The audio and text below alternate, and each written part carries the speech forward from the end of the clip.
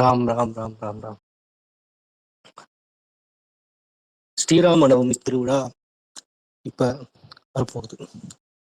அதாவது ராமநவமி அப்படிங்கிறது ஸ்ரீராமச்சந்திரமூர்த்தியினுடைய திரு அவதார திருநாளை குறிக்கக்கூடிய ஒரு நன்னாள். இது பாத்தீங்கன்னா சித்திரை மாசம், சில நேரங்கள்ல பங்குனி மாசமும் வரும். புனர்பூச நட்சத்திரமும் சுக்குலபட்ச நவமியும் இது இரண்டும் சேர்ந்து வரக்கூடிய ஒரு நன்னாள் தான் ராம நவமியாக கொண்டாடப்படுது. ராமபிரான் திரு அவதாரம் செய்த நன்னாள். இந்த நன்னாள்ல உலகமெங்கிலும் இருக்கக்கூடிய ராமச்சந்திரமூர்த்தியினுடைய பக்தர்கள்லாம் சுவாமியை ரொம்ப சிறப்பா வழிபாடு பண்ணுவாங்க. இது நம்ம எல்லாருக்குமே தெரிஞ்சது. ராம அவதாரம் எடுப்பதற்கான காரணம் என்ன அப்படின்னாக்கா நம்ம எல்லாருக்குமே தெரியும். அசுரன் ராவணனை சம்ஹாரம் பண்ணணும்னு தேவர்கள் எல்லாம் மகாவிஷ்ணுகிட்ட முறையிட, தக்க சமயம் வரும்பொழுது அயோத்தியில ஆண்டு கொண்டு இருக்கக்கூடிய தசரத மகாராஜாவுக்கு நானே மகனா பிறந்து உங்களுடைய துயரெல்லாம் தீர்த்து வைக்கிறேன் அப்படின்னு சொல்லி ராமச்சந்திரமூர்த்தியானவர் அதாவது பெருமாள் தேவர்களுக்கு வாக்கு கொடுக்கிறார். அதுபடி ராம அவதாரமானது நிகழ்ந்தது. சரிங்களா? இந்த ராம அவதாரம் பல எண்ணற்ற சிறப்புகளை தன்னெடுத்து கொண்டது. அதனாலதான் இன்னைக்கும் பாத்தீங்க அப்படின்னாக்கா ராம அவதாரத்தை நம்ம எல்லாரும் அவ்வளவு ரொம்ப சிறப்பா பாத்தீங்க அப்படின்னாக்கா பேசிக்கிட்டு இருக்கோம். இந்த ராம நவமியில நம்ம எப்படி ஸ்ரீராம நவமி விரதம் இருந்து வழிபாடு பண்றது அப்படிங்கிறத நம்ம இப்ப சிந்தனை பண்ணலாம். முதல்ல பாத்தீங்க அப்படின்னாக்கா ஸ்ரீராம நவமி அன்னைக்கு காலங்காத்தாலே அதிகாலையில பாத்தீங்க அப்படின்னாக்கா சூரிய உதயத்துக்கு முன்பு எந்திரிச்சு குளிச்சுட்டு நித்திய கர்ம அனுஷ்டானங்கள்லாம் பண்றது ரொம்ப சிறப்பு. முடிஞ்ச அளவுக்கு சூரிய உதயத்துக்கு முன்னாடியே நம்ம எல்லாமே குளிச்சு தயாராகிறது ரொம்ப சிறப்பு. அதுக்கு அடுத்தது பாத்தீங்கன்னா வீட்டுல ராமருடைய பட்டாபிஷேக திருவுருவ படம் இருக்கும். அந்த படம் இருந்தது அப்படின்னாக்கா அந்த படத்துக்கு பூஜை செய்யணும். அப்படி சப்போஸ் ராமர் பட்டாபிஷேக படம் இல்லாதவர்கள் வருத்தப்பட வேண்டிய அவசியம் இல்லை.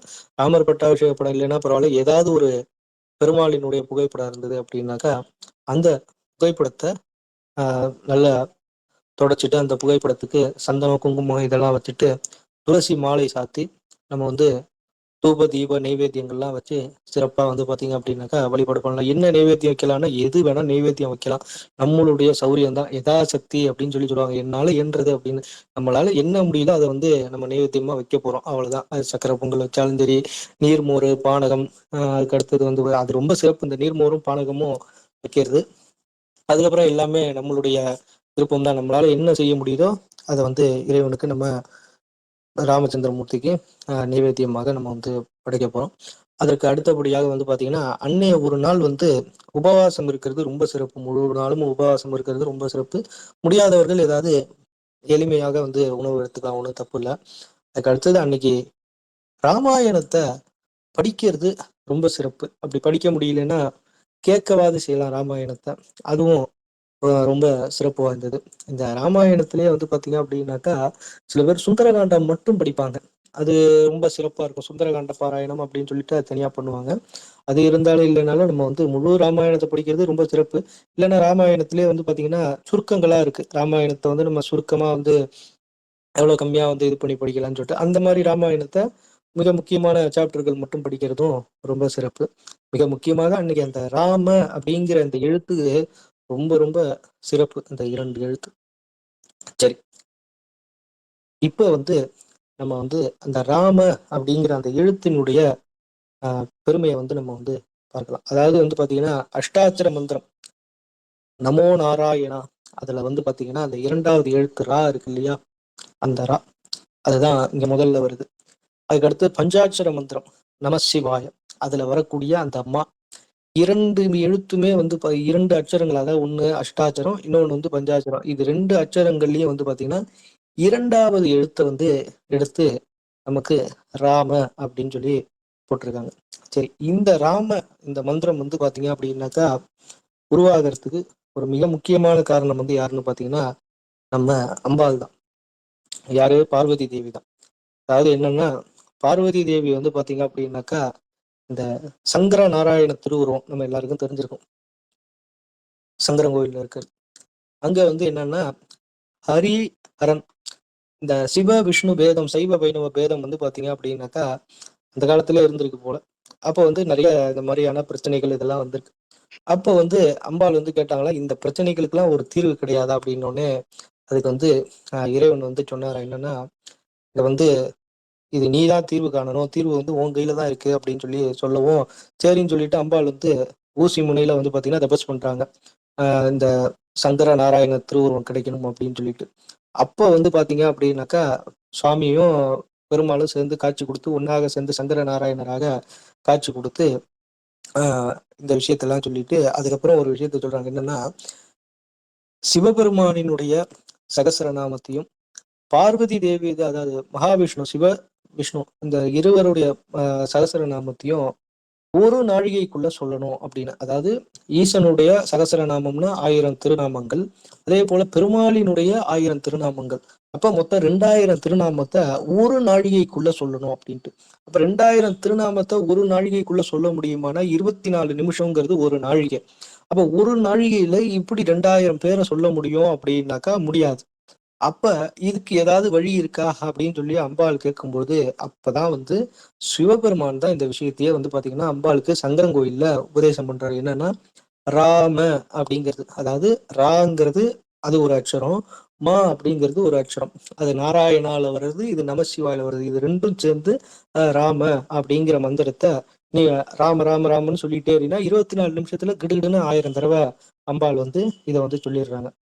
இப்படி அம்பாளால கிடைக்கப்பெற்ற ஒரு மிக சிறந்த ஒரு நாமாவளி தான் இந்த ராம அப்படிங்கிறது. சரி, விஷ்ணு சகஸ்ரநாமம் இருக்கு இல்லையா?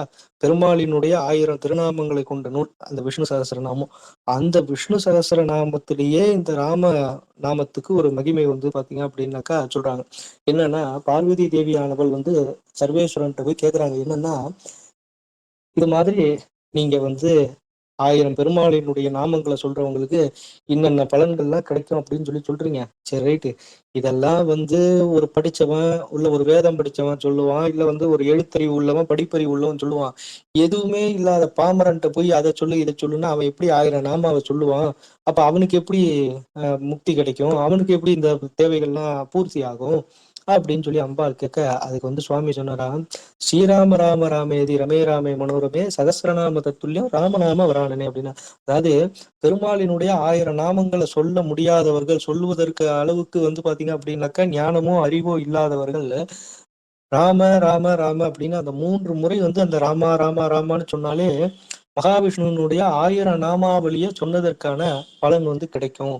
அப்படின்னு சொல்லி அந்த ராமா அப்படிங்கிற இந்த 2 எழுத்த சொல்றதுக்கு வந்து பாத்தீங்க அப்படின்னாக்கா, உங்களுக்கு வேதத்திலயோ, இல்ல வந்து சமஸ்கிருதத்திலயோ பாண்டித்யம் இருக்கணுங்கிறது கிடையாது. டக்குன்னு நம்ம பாட்டு சொல்லிட்டு போயிட்டே இருக்கலாம் இல்லையா? ரொம்ப எளிமையானது. அதனால வந்து பாத்தீங்கன்னா, சிவபெருமான் இப்படி ஒரு விஷயத்த நமக்கு பார்வதி தேவிக்கு சொல்லியிருக்காரு. அதனால அவ்வளவு மகிமை வாய்ந்தது இந்த ராம அப்படிங்கிற மந்திரம். இந்த 2 எழுத்து தான். அந்த 2 எழுத்து அவ்வளவு ஒரு பவர்ஃபுல்லான எழுத்து.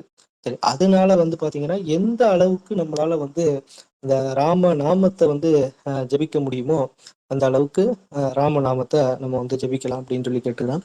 அதாவது இந்த ராமத்துக்கு வந்து பாத்தீங்க அப்படின்னாக்கா, அவ்வளவு ஒரு பவர். அதாவது அ ராமச்சந்திரமூர்த்தியினுடைய பாணத்தை விட அவருடைய நாமத்துக்கு வீரியம் அதிகம் அப்படின்னு சொல்லுவாங்க. அப்படிப்பட்ட சிறப்பு வாய்ந்தது நம்ம ஸ்ரீராமச்சந்திரமூர்த்தியினுடைய அந்த ராம நாமம். அதனால நாளைக்கு அதாவது வரக்கூடிய ராமநவமி அன்று எந்த அளவுக்கு நம்மளால அந்த நாமத்தை வந்து ஜபிக்க முடியுதோ அத்தனை அளவுக்கு நம்ம வந்து ஜபிக்கணும் அப்படின்னு சொல்லி கேட்டுக்கிறேன். இன்னைக்கு வந்து பாத்தீங்கன்னா அதுக்கு அடுத்தது வந்து ஆஹ் இரவு காலை வேளையில நம்ம எல்லாம் பூஜை எல்லாம் பண்றோம் ரைட்டு. அதே போல மாலை வேலை இருக்கு இல்லையா? மாலை வேலையிலயும் வீட்டுல வந்து விளக்கேத்தி இதே மாதிரி வந்து பாத்தீங்க அப்படின்னாக்கா நம்ம படத்துக்கு வந்து மாலை என்ற அளவுக்கு தூப தீப நைவேத்தியங்கள்லாம் வச்சு மாலை வேலையிலையும் மாலை என்ற அளவுக்கு பூஜை பண்ணணும். பூஜை பண்ணிட்டு அன்றைக்கு முழுவதும் உபவாசம் இருக்கிறது ரொம்ப சிறப்பு. முடியாதவர்கள் அவர்களுடைய உடல் தகுதிக்கு ஏற்ற மாதிரி ஆகாரம் எடுத்துக்கலாம். ஒன்றும் பெரிய தப்பு கிடையாது. அதனால அதை பார்த்துக்கலாம். முடிஞ்ச அளவுக்கு அன்னைக்கு கோயிலுக்கு போகணும். அதே மாதிரி வந்து அப்படின்னாக்கா ராமர் வந்து பிறந்த நாள் அப்படிங்கிறது தான் அந்த ராம நவமிங்கிறது. அதனால வந்து பாத்தீங்கன்னா நமக்கு வீட்டுக்கு அருகாமையில் இருக்கக்கூடிய குழந்தைகளுக்கு நம்மளால முடிஞ்சது ஏதாவது ஒரு பேனா வாங்கி கொடுக்கறது, அதாவது அவங்களுக்கு பயனுள்ளதா கொடுக்கணும். அம்மா குழந்தைக்கு கொடுக்கணும்னு சொன்னாங்களேன்னு நம்ம பாட்டு சாக்லேட் வாங்கி கொடுக்கறது, பிஸ்கட் வாங்கி கொடுக்கறது, கேக் வாங்கி கொடுக்கறது அந்த மாதிரி இல்லாம குழந்தைகளுடைய அறிவை வளர்க்குற மாதிரி ஒரு சுந்தரகாண்டம் புக்கோ இல்ல ராமாயணம் புக்கோ இல்ல வந்து திவ்ய பிரபந்தங்கள் புக்கோ அது மாதிரி ஏதாவது அவங்களுடைய படிப்புக்கும் அறிவுக்கும் பயனுள்ள மாதிரி ஏதாவது குழந்தைகளுக்கு ஏதாவது நமக்கு தனியா தேடியெல்லாம் போகலாம். நம்ம வீட்டுக்கு ஏத்தாப்புல பக்கத்துல அங்கங்க இருக்கிறாங்க இல்லையா, அந்த மாதிரி குழந்தைகளுக்கு என்ன முடியுதோ நம்மளால முடிஞ்சதை சரி. ஏன்னா அன்னைக்கு ராமரே குழந்தையா தானே பிறக்கிறார், அதனால அன்னைக்கு ஒரு இது செய்யறது ரொம்ப சிறப்பு. சரி.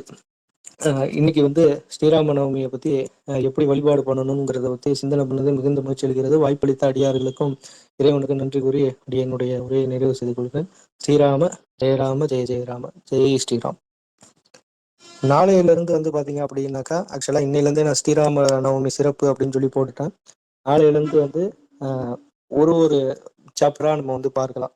அதாவது ராமாயணத்துல ராமரினுடைய பிறப்பு, அதுக்கடுத்தது அவரு சீதா தேவியை பார்த்த நிகழ்வு, அதுக்கடுத்து சீதா திருமணம், அதுக்கடுத்து வனவாசம் போனது, இப்படி ஒரு ஒரு சாப்டரா ஒரு ஒரு இதுல வந்து பட்டாபிஷேகம் வரையும் நமக்கு வெள்ளிக்கிழமை ராமநவமி வருது. அந்த ராமநவமி வரையும் வந்து பாத்தீங்கன்னா ராமநவமி அதுக்கு மறுநாள் வந்து நம்ம பட்டாபிஷேகத்தை வச்சுப்போம். அந்த பட்டாபிஷேகம் வரையிலும் வந்து நம்மளால என்னென்னலாம் சிந்தனை பண்ண முடியுதோ ஒரு ஒரு சாப்டரா வந்து நம்ம சிந்தனை பண்ணலாம்.